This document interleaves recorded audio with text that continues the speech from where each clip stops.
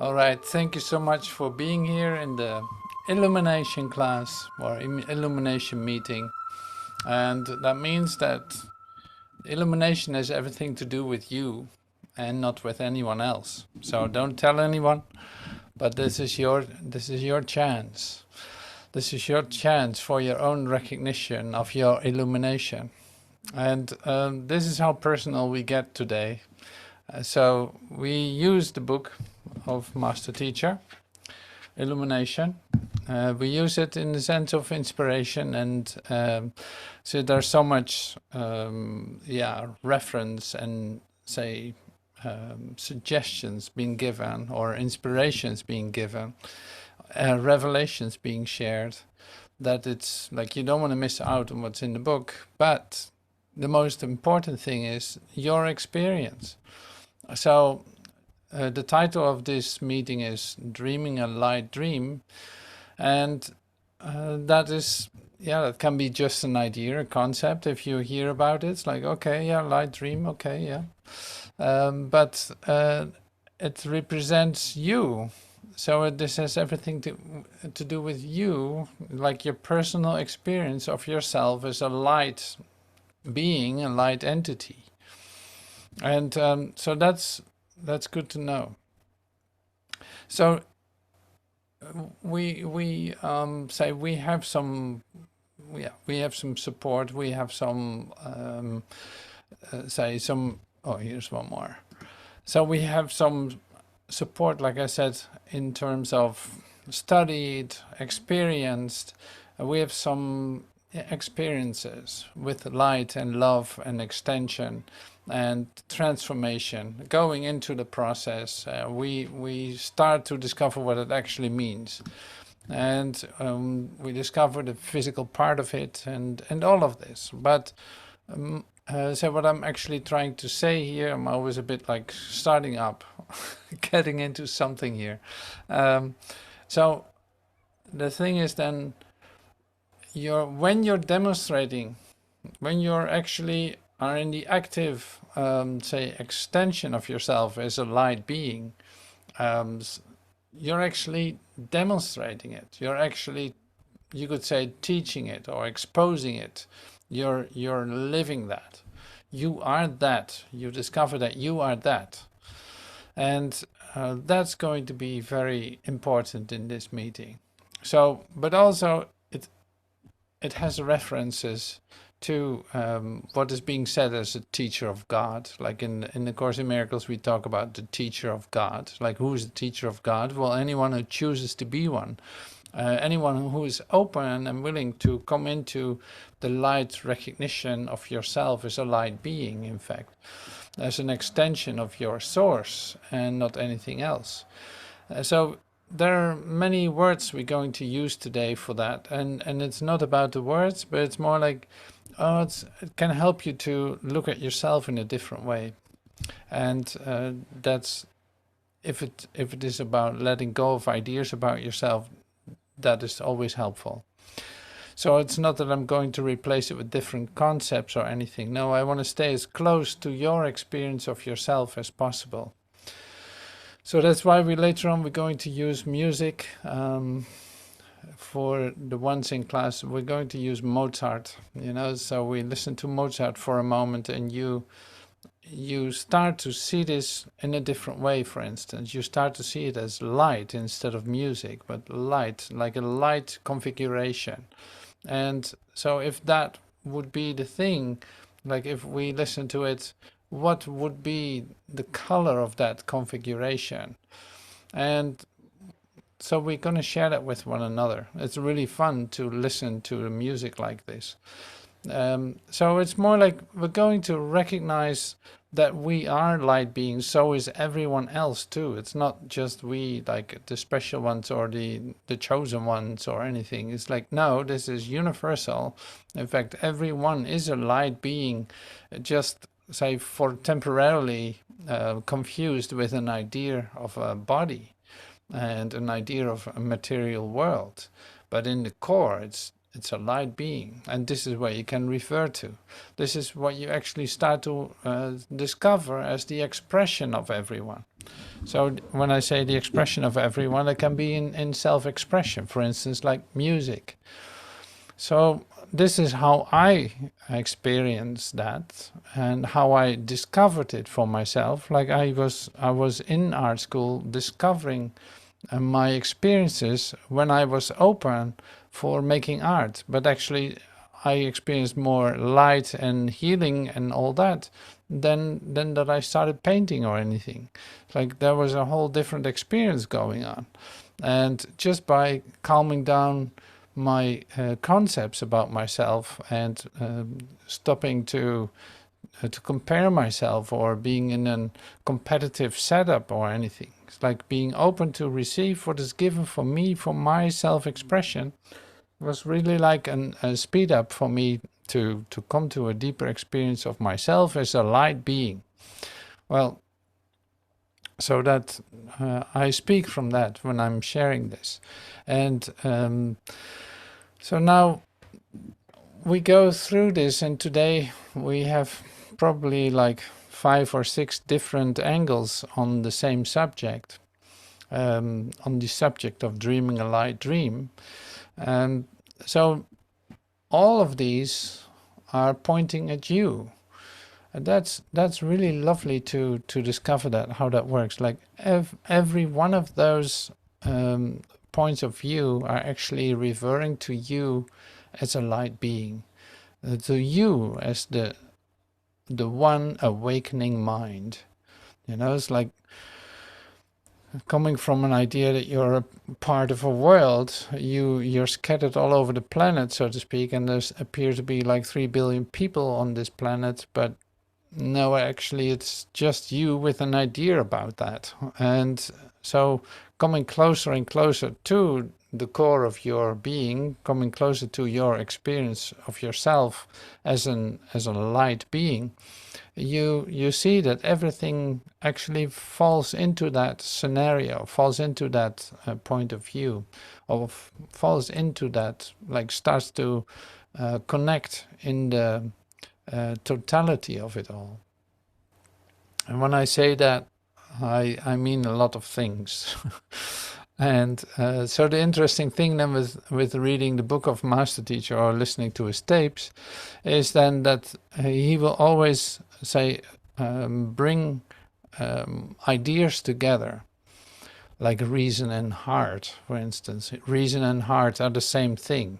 So it's not that you think with your heart or think with your mind. No, it's like reasoning and heart and love is the same thing. It is just in your idea about yourself, you have separated all these elements. And why is this important to come to an integral vision? Because that is in fact what you truly are. So there's the directness of you as in self-expression. So the directness of that is the totality of that, is the integrated version of yourself, you could say. It's like if you are, say, an extension of your source with all its aspects of completedness, you must be that too. So you cannot distinguish between your love and your joy and your happiness, your reason, your all of this. Like it's all inclusive. So that's one of the points of view that will come back to us, but pointing at you. So you can say, like, would it be helpful to sit with a guru or sit with an like? Well, no, in that sense, no. That does not work, because a guru is not going to let you see that you are the one. Because every devotee, so to speak, will be pointing at the guru, that he knows it and he's realized. And until you accept that for yourself, that you are that actually sitting there, that you integrate a vision of everything is included in this, then it starts to make sense. And it doesn't matter if the guru is doing the word or not, or that he's quiet or not. It doesn't matter. Or, you know, you could care less about the scenery, how that would look, whether there's 20 devotees or 20,000 or anything like this. And I think like master teacher was great in pointing that back to you. Like he would never take credit for his role, or never point at himself as being something.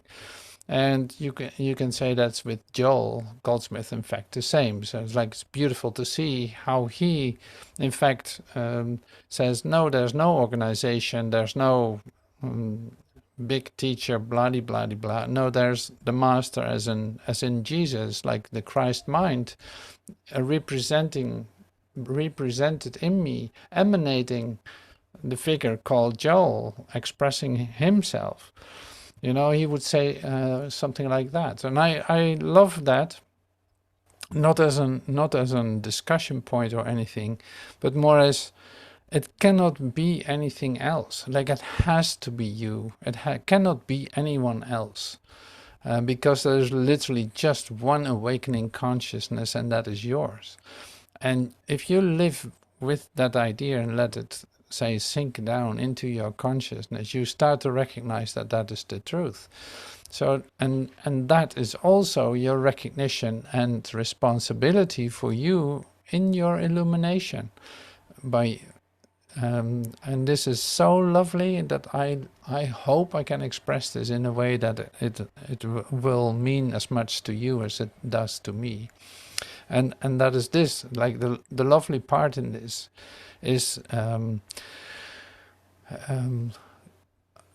in contact with the depth of your source, you know, with that pouring out from you, from your heart, from the deepest within you, the withinness of you. You see that you tap into a source, a frequency, a vibration, if you want, of an harmonious nature. Like literally, there cannot be conflict in that. And this is, of course, what we say, like the deep peace of my mind, or, you know, like we practice this in the meditation, like the deep peace of your mind. So recognizing that you're literally sitting right on top of that, that it's literally pouring out of you through every pore of your being, is an harmony of a celestial order. And you say like, yeah, well, I'm in a lot of conflict. So what does that mean for me then? I'm like, how am I supposed to look at this? It's like, well, if you don't tap into your harmonious source, so to speak, you are in conflict. You are sick and dying. You are thinking you're separate from source. So that the only thing then can be to return back to this quiet, harmonious source, where you tap into as an extension and a recognition of yourself as the true being that you are, the true light being that you are. So these say aspects are really important in the recognition of yourself as the whole mind, or illuminant mind that you are. So you this is our training, you could say. Now that was an introduction, definitely. So we bring it back down bring it back down into the practicality of every day, and your recognition of yourself in your illuminate path. You know, it's like you're on your way to your recognition of your illumination, but you pass some stages, you pass some phases in your development. And this is all perfectly natural and acceptable. That's totally all right. Like, I'm definitely not asking you to do anything beyond your capacity, or beyond the place where you find yourself now. So this is really important. Now, this is going to be very practical then. I'm going to pull up a little bit from the teacher's manual of A Course in Miracles, and it will tell you about 3 or 4 stages that you go through as a teacher of God, as somebody who recognizes the Christ in himself, you know, and feels the urge to extend this by experiencing it. So I'm going to share that with you. It's from the Teacher's Manual, and it's about characteristics of teachers of God. What are the characteristics of teachers of God? So I'm going to read a little bit of that. Just the 4 stages. See, but it starts with the first thing, and that's this. So we're talking about the power of God. Let me see if I can find. So, okay, so the power of trust, you could say. Like, when this power has once been experienced, it is impossible to trust one's own petty strength again. Like, if you feel the love of God going through you as an experience of yourself, once you experience that, it's impossible that you trust your own petty strengths anymore. Like, you won't be able to do that. And the beautiful metaphor is then, who would attempt to fly with the tiny wings of a sparrow when the mighty power of an eagle has been given him? And who would place his faith in the shabby offerings of the ego, attack, competition, analysis, and all this, when the gifts of God, like love, peace, happiness, and all this, are laid before him? What is it that induces them to make the shift? Like, what is actually the trigger for the shift, for the changes? Well, here we go then. So this is just about the phases that you might find yourself in. First, they must go through what might be called a period of undoing. This need not be painful, but it is usually so experienced. It seems as if things are being taken away, and it is rarely understood initially that their lack of value is merely being recognized. Like, you still recognize the things that fall away, and that can be quite painful, because you hold on to it. You still value it. So how can lack of value be perceived unless the perceiver is in a position where he must see things in a different light? Like, he is not yet at a point at which he can make the shift entirely internally. So you could say, like, this is the first phase. I'm stopping here. So this is the first phase. Actually, you come into an experience of undoing. So you let go of things. You could say, like, I'm actually bumping my head. I feel the pain of existing as a human being and the limitation that I'm experiencing. Now, like we mentioned this many times, like, you're in a perceptual idea of yourself. You live by the human frame of reference, and it's not working. You experience pain. You really think something needs to change, but you don't know where to start. Or you see that you lost your job, you lost your house, and maybe your partner ran away from you, or vice versa. Or who knows what the trigger is for you to recognize that. You're in a situation where you're actually not happy, and you cannot let go of the position that you find yourself in. So this is the basic period of undoing. You don't recognize yet that the things that you value don't have value in the way that you see it. And this is something you're going to discover. So the next phase. So when the teacher has learned that much, he goes on to the second stage. Next, the teacher of God must go through a period of sorting out. This is always somewhat difficult because having learned that the changes in his life are always helpful, he must now decide all things on the basis of whether they increase the helpfulness or hamper it. This is great. So this is phase number 2. Like, you you see that changes are helpful, but you don't know what you decide. Will that be helpful or not? Will it speed up your process or not? You have no idea, but you're always sorting out, like, well, I don't need that any longer. I don't have to do this anymore. But is it actually helpful or not? You don't know yet.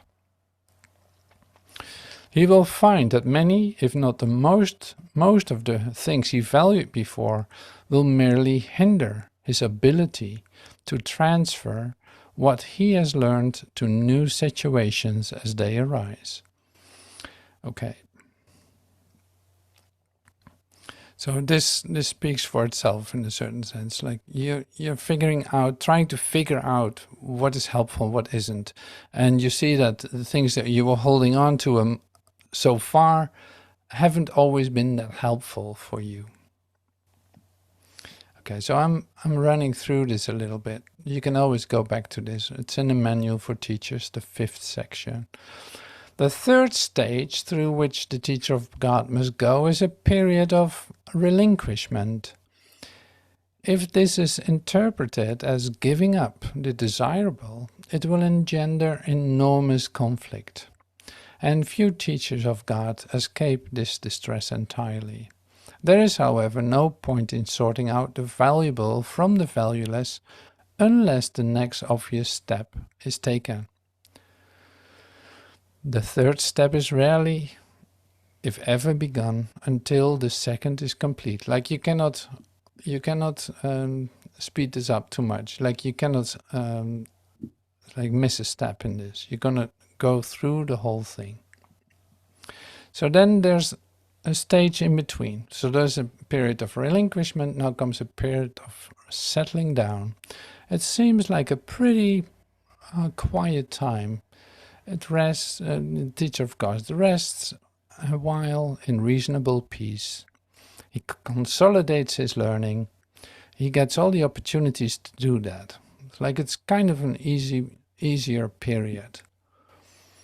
That's interesting too. So it continues. So it's not the end of the story. So the next part is then the next stage. The next stage is indeed a period of unsettling, like the last thing you would expect after this period of settlement, and retirement, almost like a retirement. So the next stage is indeed a period of unsettling. Now must the teacher of God understand he did not really know what was valuable and valueless. Uh-oh. So you've been sorting out and sorting out and sorting out, but actually you don't know what's valuable and what's valueless. You just valued your ideas about it. So now we go through the last phase. And like I said, we race here through this. Finally, there's a period of achievement. Here is that learning is consolidated. Now, what was seen as merely shadows before becomes solid gains to be counted on in all emergencies as well as tranquil times. So it's like from here the way to heaven is open. This is the stage of real peace, for here is heaven's state fully reflected. All right, so that sounds really great. So these are the stages that I wanted to take a look at just for a moment. And like I said, you can further study and check it out for yourself, where you find yourself, which is not so easy. I've been doing, I did that a lot. And not anymore, but that doesn't matter either. So it's like you go through different stages. One of them is then checking out what is valuable, what is not valuable, or first of all, the undoing. It's like, oh my God, I had my life built up. I see the valueless of it, and it's collapsing. I cannot hold on to it anymore. I have to let go of certain parts of completely. Based on an idea of this is important, this is helpful, and this isn't. And then it continues, like, I'm actually going to actively sort out what hampers my progress and what does not. Well, you go through that. Then you go through a phase of settlement. Like you take it easy, you consolidate the learning, as it says. Like you still practice all of it, very much so, and you start to discover what is valuable, what is not, based on your ideas about it. After this period, which can take a long time, after this period, you're actually going through an episode of unsettling. Like everything is going to be turned upside out because your, say, value system still in your development was actually not that helpful. It helped you to consolidate your learning and go further and further. But you see, at a certain point, now everything is turned inside out, upside down. And what is really valuable will stay with you. The rest will go. And this is not like a threat. No, this is all perfectly, say, in in same speed as your development is. Like I said, you cannot miss a step or anything. It's not that you're going to say skip step 2 in order to come to step 3 and then you're going to be fine. It's like, no, you go through all of this. I'm speaking from experience. So, and then the last phase, you could say, is a stage of accomplishment. And you could say, like, compared to what I shared before, is like you're able to continuously tap into the harmonious source.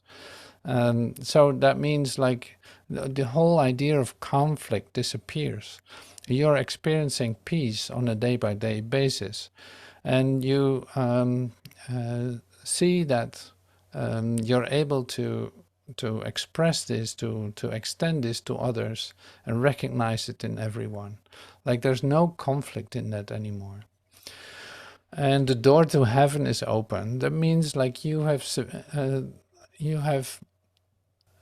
deep experiences of homecoming, of your illumination, like the illumination of your mind. You have deep experiences of being in direct contact with your creator in a very, say, natural way for yourself after all these phases that you went through. So now it's not important where you find yourself, it's just like you recognize it. Like it is not a matter of, okay, you're in phase 1er or in a phase 2er, or no, you might shift back and forth too, thinking like, oh, my development really looks like phase 3 right now, and the next moment it might be a phase 2, or you fall back into a phase 1, so to speak. I'm just using this as one way to look at this, but also in the, say, translation of it into you recognizing yourself as a light being, because that's where this has to do with. You know, it's like, what is the experience that you have for yourself? What is it that you experience? Are you having experiences of light and love? Are you feeling, it's like, do you have experiences of coming home when you rest, when you recline, when you take a moment? Like, do you feel that you're being lifted up? Do you feel that you extend yourself as a light, light core or light being? So these aspects of it are coming to us today. So now, as a game, you could say, or as an exercise, we are going to listen to Mozart. So some of us already heard the song. I will start it in the middle, even though it's like a beautiful piece, but I will start it in the middle because it's the nature of it is continuous in the whole piece. And my question then is, if you look at this, or maybe I'll play the whole song, why not? But like, if you listen to this with your whole being and take time to deeply relax into the music, so what is it that you start to see? And you can yeah, we will open a whiteboard afterwards. You can fill in the color of the movement, or the image, or the visual that you get while listening to it, and describing it as a form of light, so to speak. So it's formless as light. So you could say, like, what is the color that you see? What is the color of light that you see when you hear this? Okay, so I'm going to play that song and then open up the whiteboard later on. Yeah, let's do that.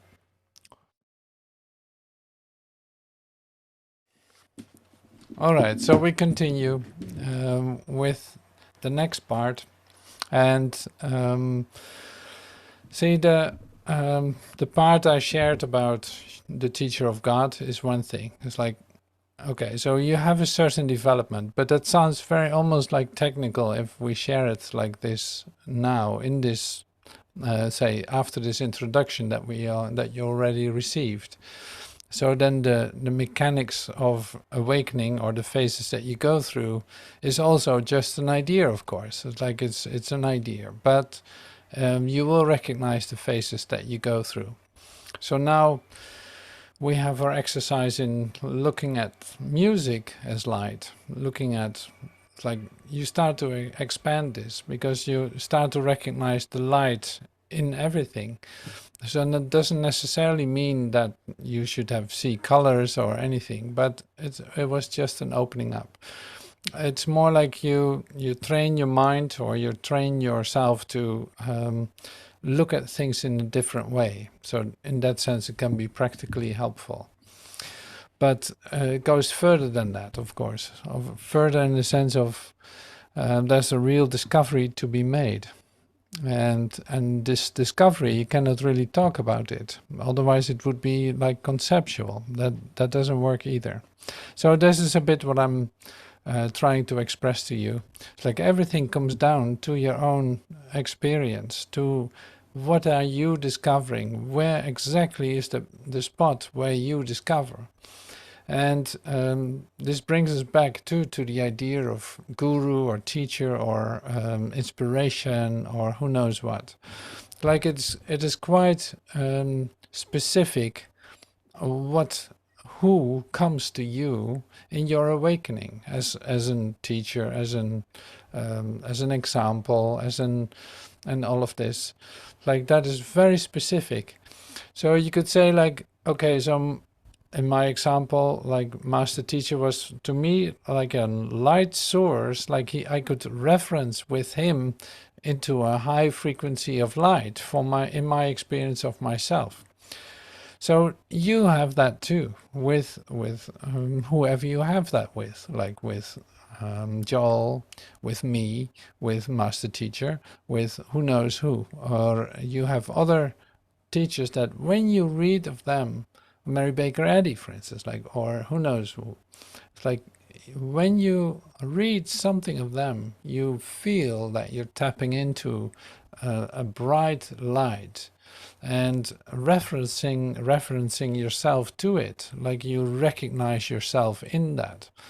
And you see that helps you to move further in your development. So it's like, it's not that the teacher does it, it's just he represents that idea that you recognize in yourself as being part of you. So there's always this going on. What I mean with this is like there's an equality in a certain sense. There's an equality. There's just seems to be a difference in time. Like this, like you could say, like Jesus was inspiring many of us, like with a high frequency of light, you could say, like a high frequency of, he completely obliterated the whole idea of a world, of a body, of all these aspects of what he demonstrated in his sojourn here on Earth. He demonstrated that. Now that's a high frequency of light, like an inspiration, source of inspiration. So you could say Jesus is a light that's represented in you. And we know this as the idea of Christ mind, your Christ mind.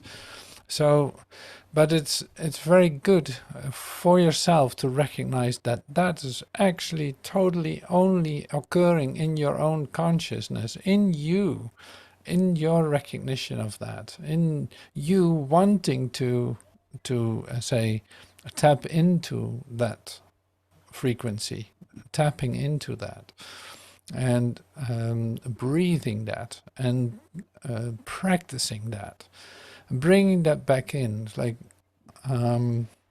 yeah, you come into an activity of continuous prayer, you could say, and from a real deep, passionate way of wanting that, recognizing that, living that, breathing that, taking that to bed with you, taking that, say, first thing when you wake up again, and letting that fill your days. Like, pray without ceasing, it's what it says in the Bible, but that would be an activity you could also do superficially, but this is like a drive and such a deep passion of recognition that you don't know what to do with yourself.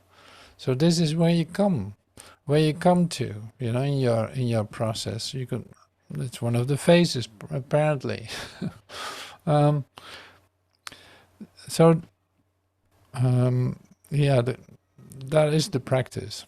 So wherever you find yourself, however much distraction you still allow to happen to you, that's up to you, and that's perfectly all right in your development. There's nobody saying that you should not do that.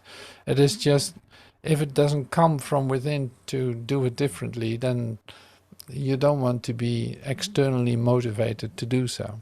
So it's all recognition based, is what I'm saying. Okay, so now we're almost getting ready to say, take some parts from the book and take a look at that. And I use the book, like I said, as a source of inspiration, and to share some illustrations, you could say, about how to look at this. So that's what I'm going to share with you in a moment.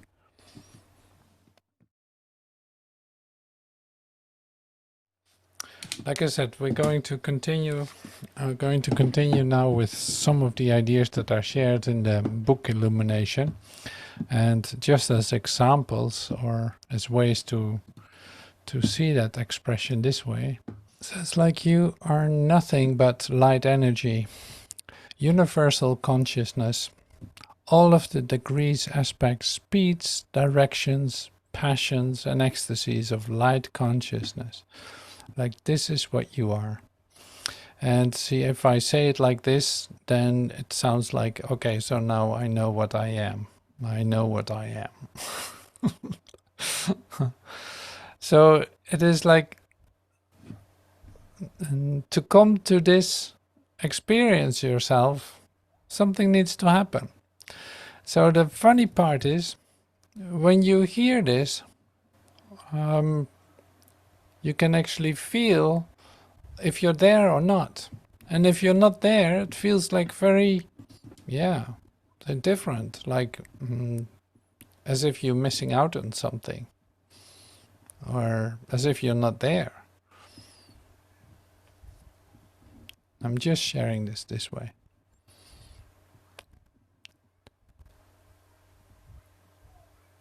You're nothing but light energy. Like, you're nothing else than that.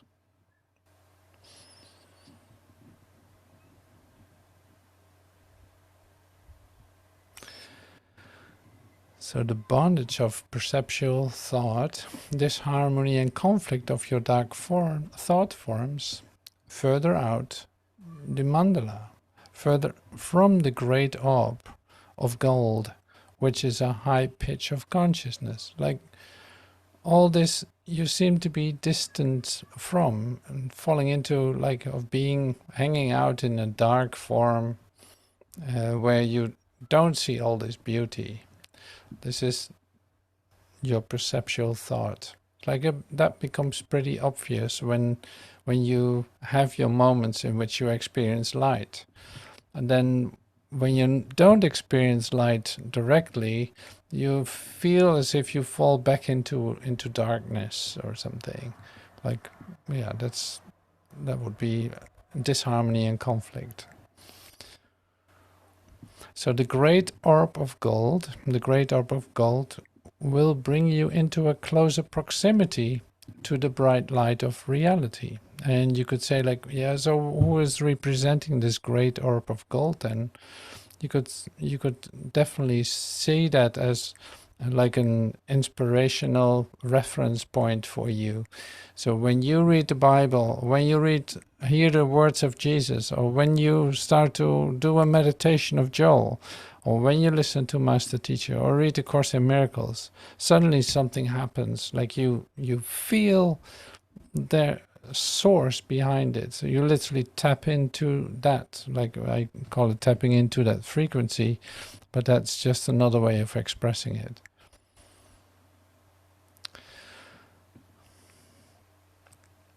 And the golden orb will make more sense if you read the Course in Miracles, because that's where it originates too, in Jesus' expression of beyond the body.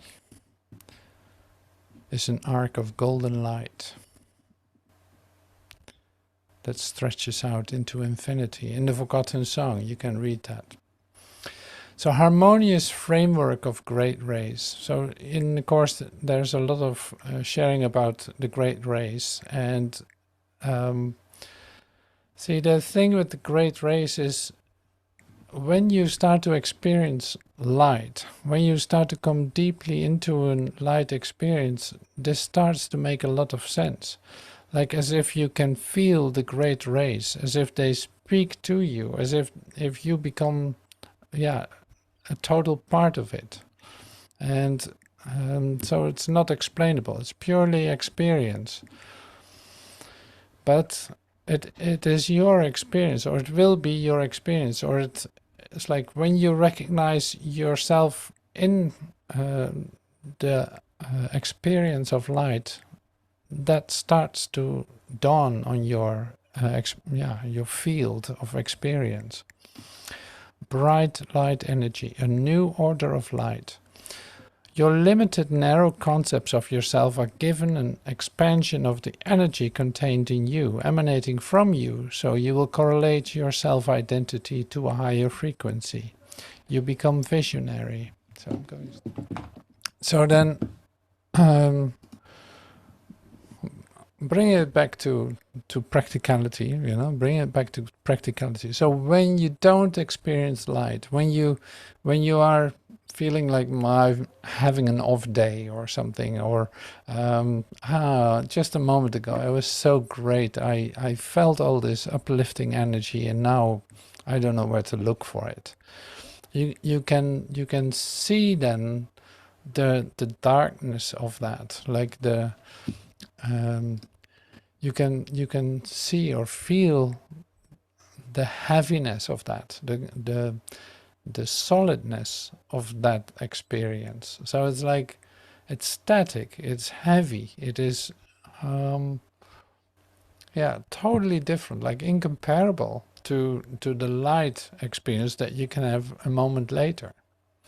So this is always very interesting to see that's something you don't have to fight against, but something that you will experience as soon as you be lifted up. You're out of it. You don't even know what happened that occurred. So here then the new light frequency that is being offered, like the new light frequency is then this way you get your inspiration, so to speak. This way you tap into to be inspired, where suddenly something is helping you, as if you're being carried by angels higher up or something. Like that can happen in all kinds of ways. So I haven't used the word, say, Holy Spirit yet. But that's, of course, like the bridge between all of this. So your your inspiration walks with you. So in your idea, your conceptual idea of yourself as a separate identity, like as a human being, you don't know what the Holy Spirit is. As soon as you're inspired, it makes perfect sense. You know, so this is like an two worlds that don't meet. But knowing in your process that there's a way out of this condensedness, like out of this solidity that you experience as yourself, you see that your Holy Spirit is always with you. Like, it's really up to you to put your willingness, say, out there, or ask for help, or however you do that, in order to have a different experience of yourself. Like, ask for a miracle, or this. We have all kinds of ways of doing this, or we learn these ways. But you could also say, like, you can completely rely on this harmonious frequency if you continuously start to let go of your ideas about what should happen or how it should look and feel. So that's another phase. So you see, like, dream a light dream is then, in fact, the continuous invitation to be inspired, the continuous invitation to let go of your ideas, to choose to step into a continuous prayer, to pick up the book, the little book, the big book, the whatever book that inspires you, to literally say, invite it into every moment. And yeah, so that's a really important part. But not because I say so, but just because I went through the process and am going through the process in this way, and it's really, like, incredibly beautiful. Okay, so here we are with some colors then. This is just an example. So this is the example that Master Teacher uses in the book. Great rays emanating from the bright light, varying frequencies of patterns and colors. For example, the red, the red. Red is a well-endowed frequency, like it's well-shapen frequency, a genuine deep passion of containment, a slow frequency, a deep passion of containment, sensuality, war, blood, the face of Mars, like the face of war. But here he says too, passion is passion. Your relationship with God is passion. Passion is what you are. And moving from having energy, having light energy, to being light energy. Okay, I don't want to go too fast. So you could say, like, there's all kinds of frequencies, all kinds of colors. And I don't know if you already came up with some colors. Like, you can have that suddenly you see when somebody's passing you, you see a color, or you feel an configuration of energy when you meet someone, as if you can read this person. So it's like, this is all possible with your mind. If you're open, it is possible to receive these things or to recognize these, because in fact it is all your recognition of yourself. So it's all based on an idea of integration and allowing all that to be you. Okay, so contained in you is all of light. By the metamorphosis of your mind, you receive this new frequency. So you allow your mind to change, in other words, and you tap into new frequencies, a new range of consciousness. Well, this is just a conceptual description of it, but you recognize this. Like, your mind is changing doing this, and when we come together and recognizing the truth of you, hearing music in a totally different way, or feeling the presence of the ones that are with you in the meeting or elsewhere, feeling that changes the way you feel about yourself, and you might have a totally different experience of yourself. altogether. See, by not responding as you were used to as a human being, everything starts to change. Whole mind, this is another way of saying whole mind encapsulated in a form of unmanifested totalness or creation. It's like as if you are, as a human being or as an awakening being, your whole mind, but you're encapsulated, literally still like wrapped in a form of unmanifested totalness of creation or creation. So, and that changes. So it's like, that's why I say like, yeah, discover yourself. Like it's a discovery. Literally covers are taken off step by step. But it's, the whole mind is already there. So it's, yeah, this is what's being shared. Take these thoughts form that are held together in your limitations and broaden them out through the refusal to examine yourself in limitation. So this is an instruction. It's like, take your thoughts, but don't examine them. Take your thoughts to let them go. Allow them to be broadened. Just don't stay with them as if they are laws. So they change shape. They if you allow that. Like, when is the last time you heard Mozart like you did today? It's like that. Oops. That is allow that music to be a whole different thing altogether. And so with the ones that you meet, allow this to be completely different. That's why I came up with an idea of, say, I'm putting this, like, that's why this idea came to share this with you as an light expression of yourself. Like, why not looking at everything as light, as movement of light, but like also as an limitless characteristic. It is not formulated. It is not defined. No, it's eternal. It can change and shift and move and have direction, in a sense. But it is light. It is not the way that you saw it before. So now, if you as a thought experiment or as a way of looking at it in a different way, start to open your mind for it. That say something happens with you when you do that. I know for myself that the first time I heard Master Teacher say, well, whatever you do, don't listen to this music with your ears. And I'd like, how else am I going to listen to it? And suddenly I discovered, oh my God, I can actually listen with my whole mind to this. I cannot believe it, what I hear. Like the beauty and all that becomes communication. Like suddenly everything is opened up for me to hear this.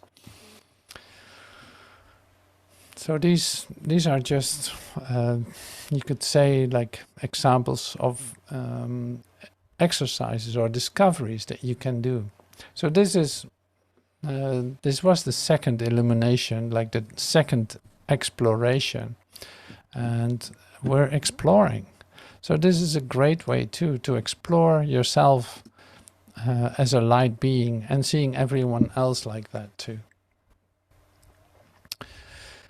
Discovery of harmonious source in you. Yeah, I came to that just a moment ago too. It's like the metamorphosis from conflict to harmony by allowing your source to emanate you as the light that you are.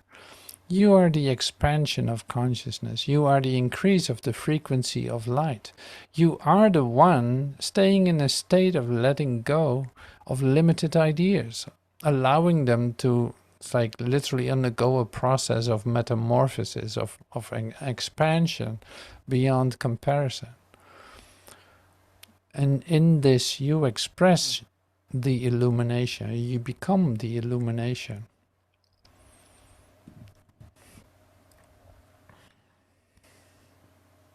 So it's the discovery of the harmonious source in you. So see, these were in fact, the notes that I made as sheets. So coming back to the idea of harmonious sources, to me, so very lovely. It's like bringing that with you wherever you go, say as an invitation to constant prayer, bringing that back in, tapping into that to see that you don't need an agenda, you don't need to have ideas about anything, you cannot judge anyone. So the activity of mind is a constant letting go and opening up and allowing things to expand. In other words, allowing things to be as they are and discovering what that actually means. Like it is huge. It's overwhelming when you allow that to be. So if you allow your brother to show him, her, whatever, like allow him to express the light that he is, this is where you have been defending against. Like you don't want to see that because you're afraid that you might completely fall into that you completely disappear into the light that you are going to experience. And up to the point that you don't allow that, you feel the pressure of it. And you can say like, well, no, I don't feel that. Well, believe me. come and meet me. Come and meet me. That will change everything. It's literally like if you are open to receive what anyone has to give you, despite your ideas about whoever is in front of you, that's going to be totally overwhelming. And if you do that, you're actually disappearing into the light that you recognize yourself to be. See, and this is so cool. So this is the practice of illumination. So I just always want to keep it short in a certain sense. Like I don't want to overdo it conceptually at all. I really love to give this as an experience to you. And the passion that I feel when I prepare this and try to convey this is enormous. Like that makes it almost very difficult to do this. That's the same with the preparation. I said this the last time too. When I prepare this, I'm going through the experience that I'm having. It's like there's an incredible deep gratitude suddenly falling out of the sky, you could say, or suddenly there's the inspiration to an overwhelming gratitude. And this is the basis, this is the basis. Then after that, I don't even know what I should share about that, because I can't. But I can be that, I can be the harmonious source. Like I can be the extension of the harmonious source because I have no agenda. Neither do you. You think you might have one, but it's not true. So it's like there's so much discovery of recognition to be made. All of that, all of what is of course, and the rest is not. So this is beyond your own sorting out, as we saw in the description. Anyway, so I'm going to open this exploration further by being completely quiet and inviting you to join me in listening to some music, but also to explore more. So for instance, I put up on the EV Hub website, no, not the website, but the YouTube channel, the talk of Master Teacher, Dream a Light Dream. Then you see him express very similar aspects of what we have been sharing today. But yeah, it's just lovely to hear that. And it is like an inspiration for further study, if you want. Like it's a beautiful way to have ingredients for your continuous prayer, to tap into the harmonious source that's within you. So Okay. Thank you. Thank you for everything. Thank you so much. And yes, I'm going to play a song.